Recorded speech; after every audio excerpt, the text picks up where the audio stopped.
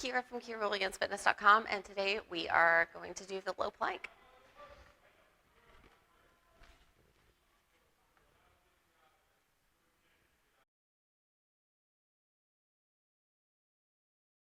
When we do this, we want our shoulder directly over our elbows.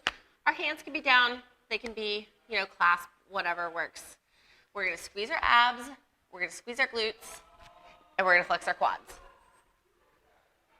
We want to make sure that we are really pressing the earth away with our elbows and engaging our upper back. So our upper back is gonna be coming up towards the ceiling when we do this.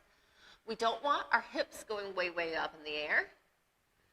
Shift them down, squeeze your abs, so that way the hips don't sag either.